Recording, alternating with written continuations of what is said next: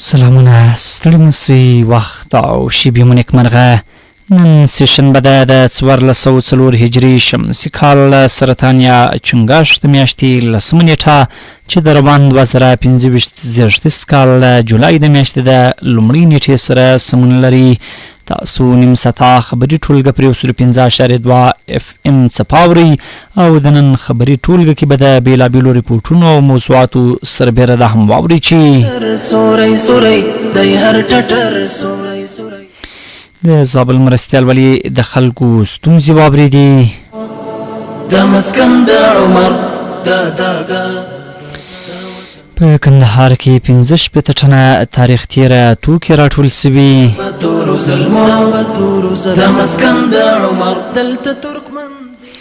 په فراه کې د 11 میلیونه افغانیو په لګښت یو شمېر پروژې منظورې سوي دي. یو برابر دلته هر غر سوري سوري دلته نختر.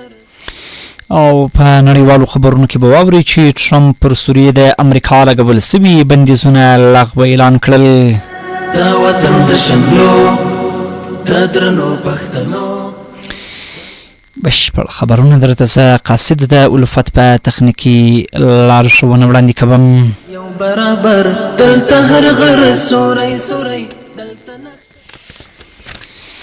د زابل مرستیال ولی د همدې ولایت د خلکو ستونزې واورېدې او د حل ډاډ یې ورکړ. د زابل ولایت مرستیال ولی مولوي محب الله حماس د خپل ورځنیو کارونو ترڅنګ د یو شمېر قومي مشرانو، دیني عالمانو او ولایتي مسؤلینو سره جلا جلا لیدنې ترسره کړې. په دې لیدنو کې ګډونوالو خپلې ستونزې، وړاندیزونه او غوښتنې د ښاغلي حماس سره شریکې کړې. ښاغلي حماس د ولس خبرې په پوره پاملرنې واورېدې او ډاډ یې ورکړ چې ټولو غوښتنو ته به رسیدنه وسي. ښاغلي حماس اړونده اداراتو ته لازمي سپارښتنې وکړې څو د خلکو ستونزو ته بې له ځنډه رسیدنه وسي او د خدماتو کیفیت لا ورپسې ښه سي. د زابل امنیه قومندانۍ د ادارې مرستیال په مشرۍ د ستراتیژیک پلان د تشریح په موخه مجلس ترسره سو.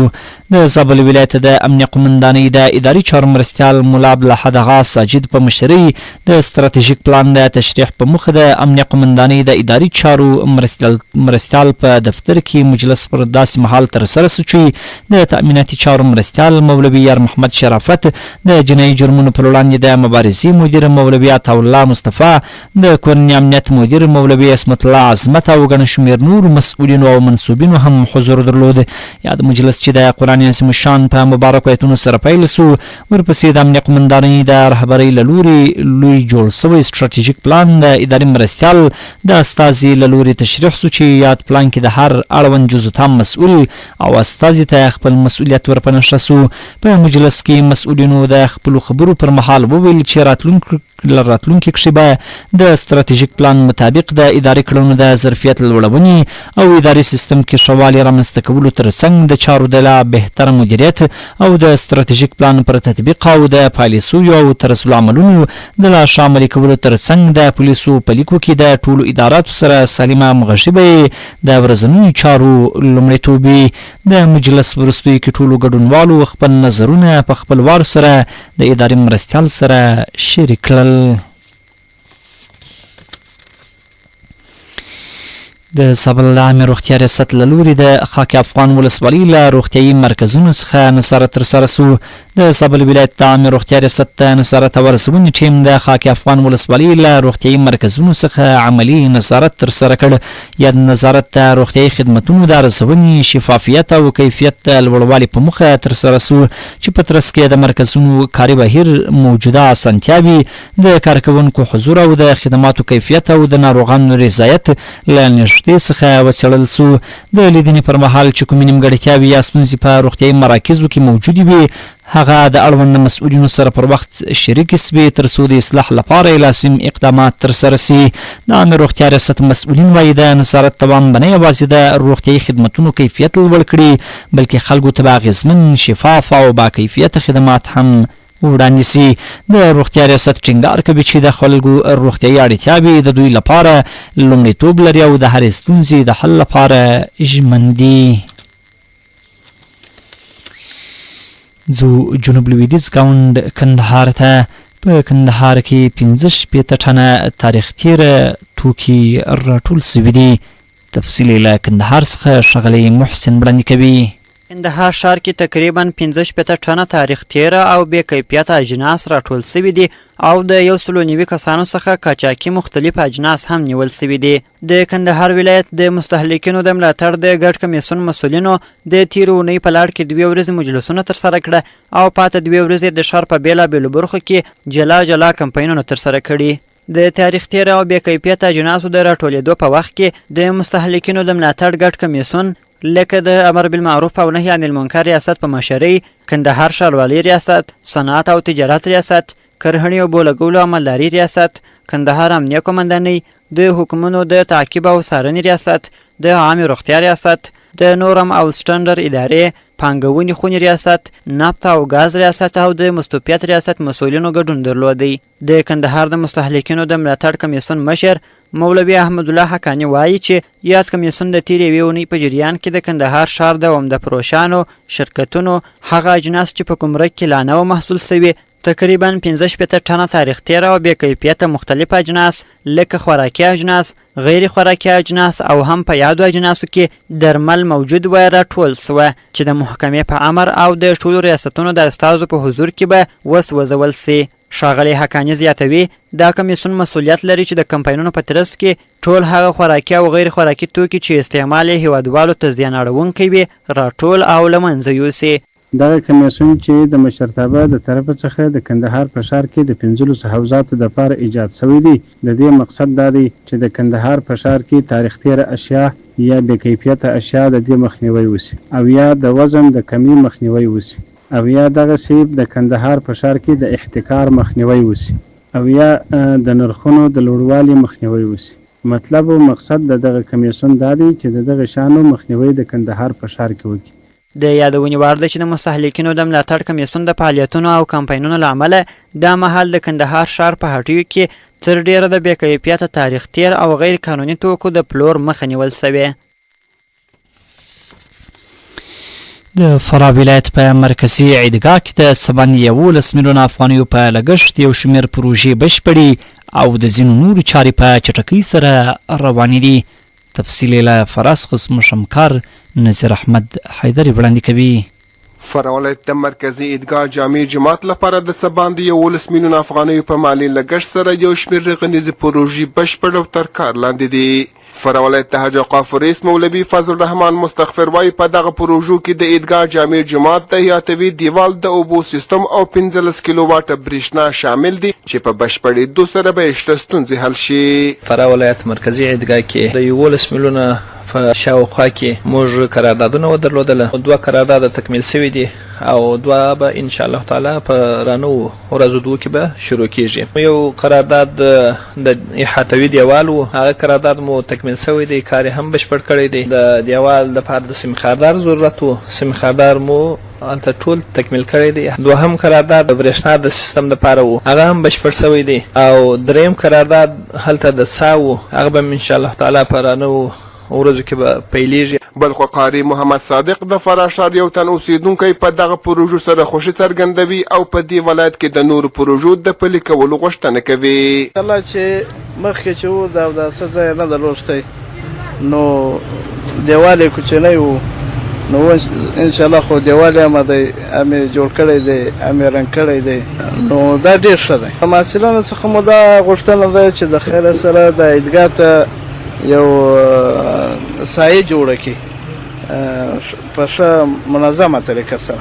همدارنګه د فراه ښار بل اوسیدونکی اسمت الله انصاري وایي چې تر دې وړاندې به په یاد عیدګاه جامع کې د اودس مناسب ځای نه و، خو اوس دا ستونزه حل شوې ده.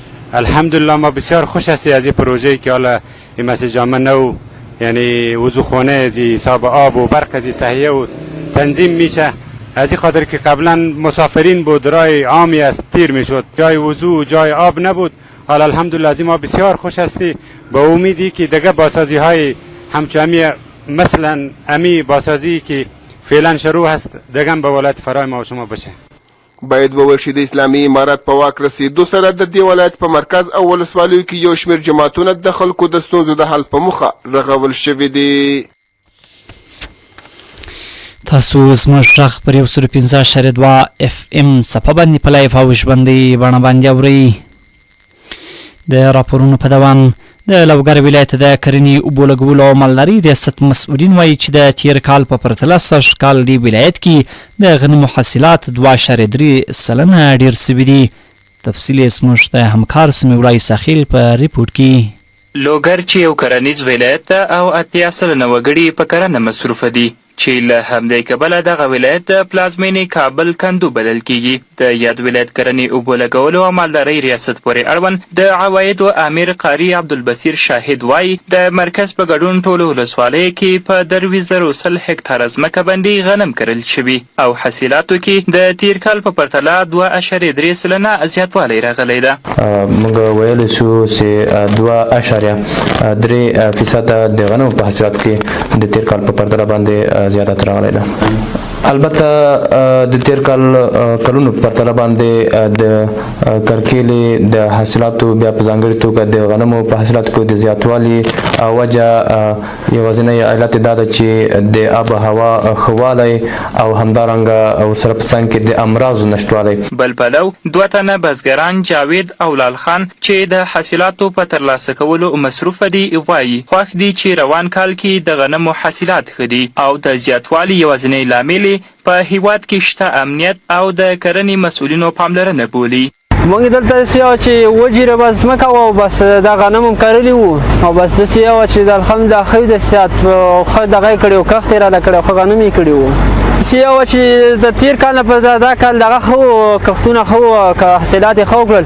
امارت نه همدا غوښتنه ده چې موږ سره باید کومک وشي د زراعت په برخه کې پوه شوې او تخمونه مثلا د سرو کومک وکړي او دا هم غوښتنه ده. او بل موږ امارت نه ډېر خوشحاله یو موږ له امارت نه ډېر خوشحاله یو. د یادولو وړ ده چې تیر کال په لوګر کې په 23,000 هکتاره ځمکه باندې غنم کرل شوي وو او 8,425 متریک ټنه حاصلات ترې ترلاسه شوي وو. تاسو سابل ملي راډیو ته غوږ یاست. په کندوز ولایت کې د ساختماني چارو د ډیروالي له امله د زینتي او ساختماني ډبرو د پلور بازار تود سوی دی. زموږ همکار ښاغلی رضا فشار له کندوز څخه په دې تړاو راته راپور راکوي. په کندوز ولایت کې د زینتي او ساختماني ډبرو ګرم بازار. د کندوز ولایت د زینتي او ساختماني ډبرو د کارخانې مالک عبدالناصر وایي په وروستیو کلونو کې د دغو ډبرو پیرلو ته د خلکو لیوالتیا د پخوا په پرتله زیاته شوې ده. د په وینا د کورني تولیداتو کارول کولی شي د هیواد د اقتصاد د لا ودې لپاره مهمه و ارزښتناکه تمام شي. اینجا شرکت کاروبار تعمیراتی از لحاظ گلدان‌های سمنتی، چوک‌های سمنتی، فواره‌های آب و دیگر قطارهای سمنتی در خدمت همچنان عزیز قرار داریم.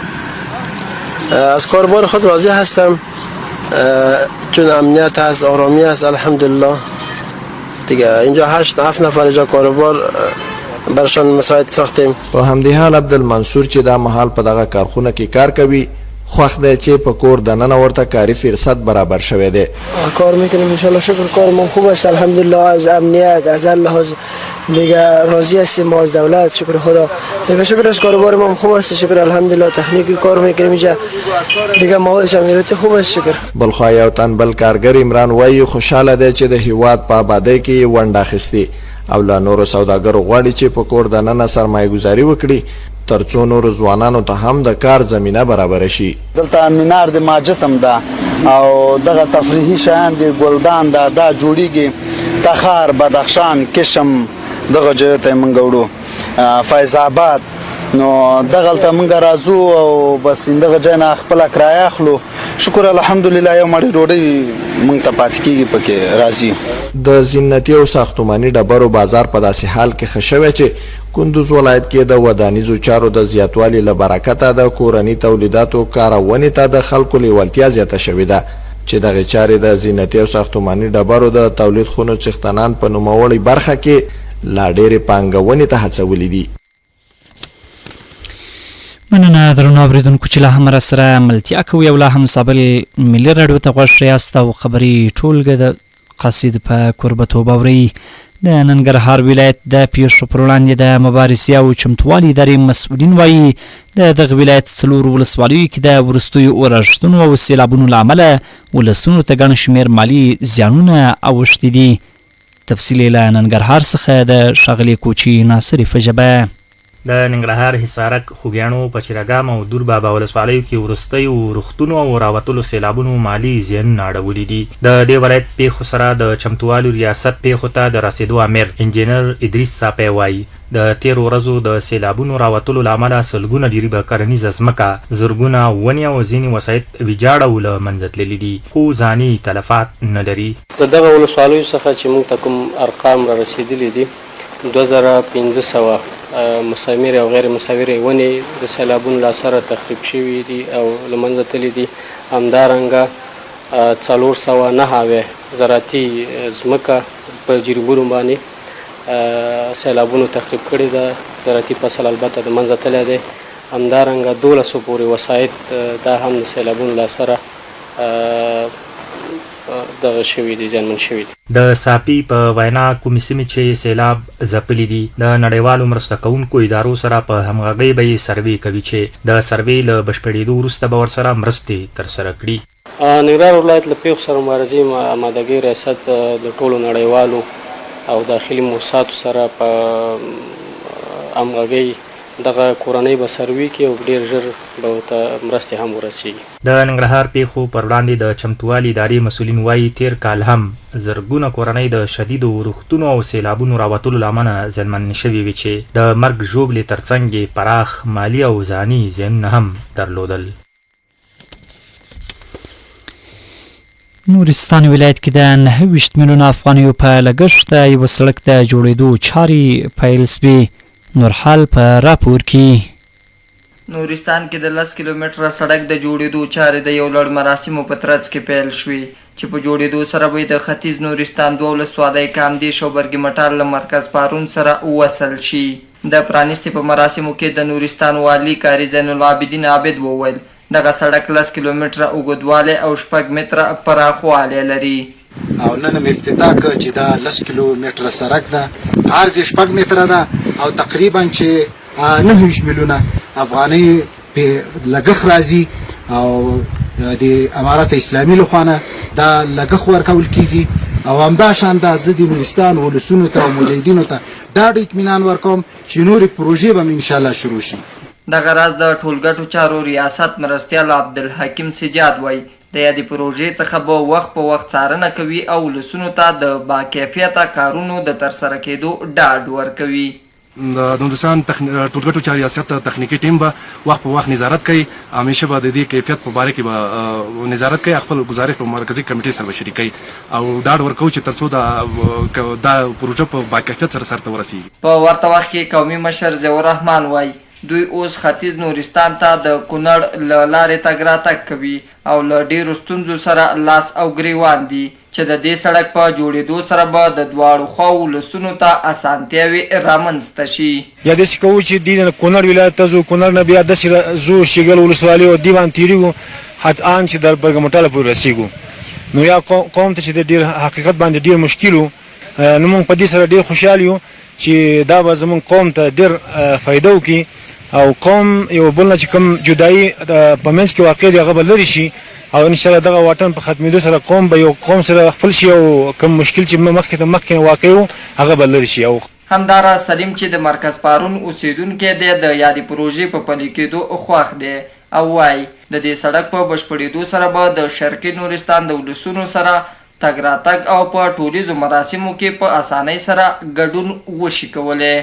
اما چې نن دغه سړک چې وصلېږي او دا به د قومونو یو بل سره د مشکلاتو حلولو یو ناسته او د دغې لپاره ډېره غټه زمینه مساعدېږي.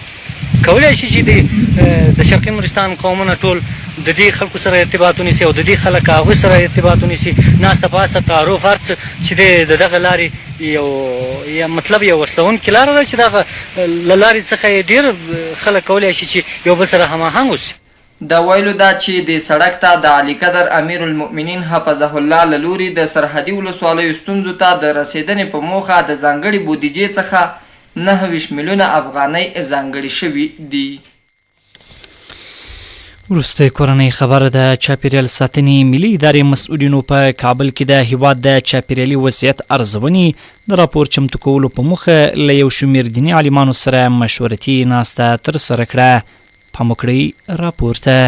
د چاپیریال ساتنې ملي ادارې دا ځل د افغانستان د چاپیریالي وضعیت د ارزونې راپور د چمتو کولو په تړاو په پلازمینه کابل کې له یو شمېر دیني علما کرام سره ناسته ترسره کړه. په دغو مراسمو کې د چاپیریال ساتنې ملي ادارې لوی رئیس مولوي مطیع الحق خالص ویلي چې اقلیمي بدلون او تحول په افغانستان کې د تودوخې د زیاتېدو، پرلپسې وچکالۍ، د کرنیزو محصولاتو د کمیدو، د څښاک د پاکو اوبو د کمیدو او د ژوو د کډه کېدو لامل شوي دي.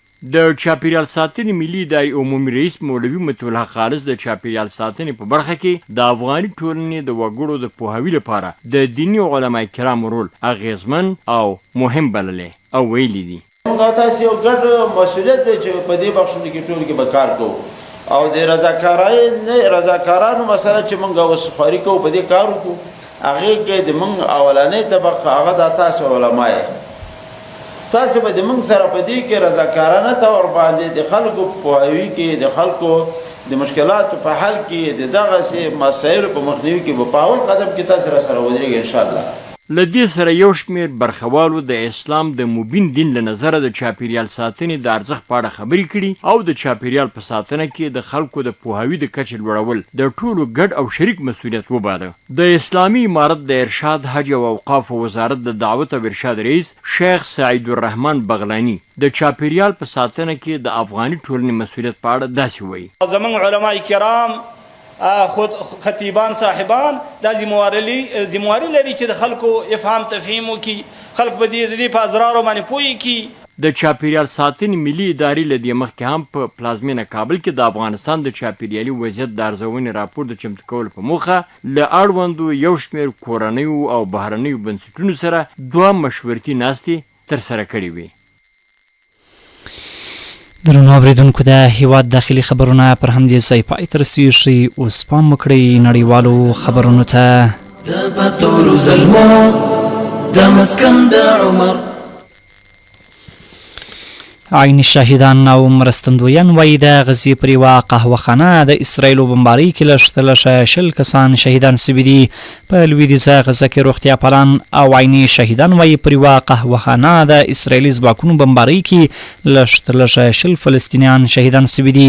ویل کېږي د سمندر غاړې دې قهوهخانې ته معمولا فعالان، خبریالان او ځایي اوسیدونکي ورتلله. په غزه کې د ملکي دفاع ادارې یوه بیان د رسنیو ته وویل د البقا کیفټیریا له کنډوالي مرستندویانو تر اوسه 20 مړي رایستلي او دې پیښه کې لسګونه کسان ټپیان سوي دي. دغه بیان وایي مرستندویان تر اوسه په هغه ژوره کنده کې د وژل سوو کسانو مړو لټون کوي چې د چاودنې له کبله رامنځته سوي ده. د یوې ځایي پروډکشن کمپنۍ ویډیو ثبتونکي عزیز العفیفي د پیښې په هکله رسنیو ته وویل زه د انټرنیټ کارولو لپاره قهوهخانې ته پر لاره وم چې زوره بره چاودنه وسوه. زه له هغه ځای وتښتېدم، همکاران مې هم هلته وو. هغه خلک چې تلې وینم بوښنونکې صحنه وه او هر لور مړي وو، وینې وې او چیغې وې. پر خوا له رسنیو هغه ویډیویي کلیپونه خپاره سوي چې یو توغندی چې ویل کېږي له اسرایلي جنګي الوتکې توغول سوی و پر دغه ځای لګېږي چې په نورو ویډیویي کلیپونو کې بیا مړي لیدل کېږي چې د پیښې په ځای کې پراته دي. ټرمپ پر سوریه د امریکا لګول سوي بندیزونه لغوه اعلان کړل. د امریکا متحده ایالاتونو ولسمشر ډونالډ ټرمپ یو اجرایي امر لاسلیک کړی چې پر سوریه د امریکا لګول سوي بندیزونه به ورسره هممهاله پای ته ورسیږي. سپینه ماڼۍ وایي د بندیزونو لرې کولو هدف د سولې او ثبات پر لور د سوریې پرمختګ ملاتړ کول دي. دغه بندیزونه چې په هر ډول بهرنۍ پانګونه لګېدلي وو د بشار الاسد حکومت پر ضد لګول سوي وو چې په تېره ډسمبر میاشت کې مخالفینو حکومت ورنسکور کړ. سپینه ماڼۍ وایي دوی به له اسرایلو سره د اړیکو عادي کولو لپاره د رغندې اقداماتو، بهرنیو ځواکونو سره د مبارزې او پر فلسطیني ډلو د بندیزونو په ګډون د سوریې د نوي حکومت فعالیتونه وڅاري. د سوریې د بهرنیو چارو وزیر اسدالشیباني وایي د بندیزونو له لرې کېدو سره به د اقتصادي بیا رغونې پر وړاندې خنډ لرې سي او د نړیوالې ټولنې پر مخ به سوریه یو ځل بیا هم پرانیستل سي. وروستی خبر هم له لویدیځ ګاونډ ایران څخه. اسرائیل ایران سره بلې احتمالي جګړې ته تیاری نیسي. څه کم یوه اونۍ وروسته له هغه چې د اسرائیل او ایران ترمنځ اوربند اعلان سو، اسرائیلي رسنیو ادعا کړې چې د دغه هیواد پوځ او حکومت یو ځل بیا له ایران سره د بلې احتمالي جګړې لپاره چمتووالی پیل کړی. د پوځي صنعت فابریکې په چټکۍ سره د وسلو تولید زیات کړی او د راتلونکو کلونو لپاره د تولید پراخولو پلانونه لا هم روان دي. په ورته وخت کې د ایران جګپوړو سیاسي مشرانو او پوځي قماندانانو ویلي چې پر اوربند باور نه لري. د اسرائیلو اقتصادي ویبپاڼې کالکالیست د جون پر 9 په یوه راپور کې ولیکل د اسرائیلو دفاعي بنسټونو دا درک کړي چې باید له ایران سره بل پړاو جګړې ته چمتو واوسي. همداراز د اسرائیلي ورځپاڼې ګلوبز له مخې د اسرائیلو هوایي ځواک به له جګړې وروسته له نویو الوتکو او پرمختللو وسلو سره د پرمختګ نوې مرحله پیل کړي. د والا نیوز ویبپاڼې د راپور له مخې پوځ باوري دی چې په راتلونکي هره احتمالي نښته کې باید د تیرو عملیاتو په څیر د ناڅاپي برید عنصر په پام کې وساتي. د اسرائیل رسنیو پوځي او امنیتي شنونکو خبرداری ورکړی چې اسرائیل باید له خپلو بریاوو چې دوی ځلانده بللي مغرور نسی، ځکه چې د ایران اسلامي جمهوریت په سختو حالاتو کې خپل زغم او استقامت ښودلی دی. د اسرائیلو د پوځ راډیو او ټایمز اف اسرائیل ویبپاڼې پوځي شنونکي امیر برشالوم د یکشنبې په ورځ لیکلي و چې ایران لا هم یو جدي ګواښ دی او شک نسته چې د بیا پیاوړي کېدو هڅه به هم وکړي. هغه زیاته کړه د اسرائیلو غرور خطرناک دی ځکه چې ایران اوس یو لنډی مار دی او د اوسني وضعیت ننګونې د پخوانیو په پرتله لږ نه دي. درنو اوریدونکو، د هیواد داخلي او ورسره بهرني مسایل پای ته رسیږي. اوس د هوا حالاتو ته سر بربلاندې کوو. دا مسکن د عمر دا نن سیشنبه د سابل کې اسمان ځای ځای وریځ د تودوخې لوړه درجه 40 او ټیټه هم 23 او سبا چهارشنبه د اټکل له مخې بیا هم سابل کې اسمان ځای ځای وریځ وي. د تودوخې لوړه درجه به 28 او ټیټه هم 40. د یادونې وړ ده چې په دواړو سرو ورځو کې د ورښت کوم اټکل نشته، خو ګرمي بلا هم په شدت سره دوام مومي.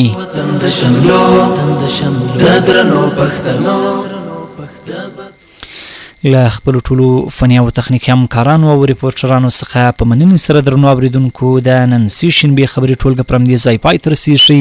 تر بیا ما قاصد او زما تخنیکي لارښود الفت اجازه راکړئ. ښه وخت او مخ په وړاندې.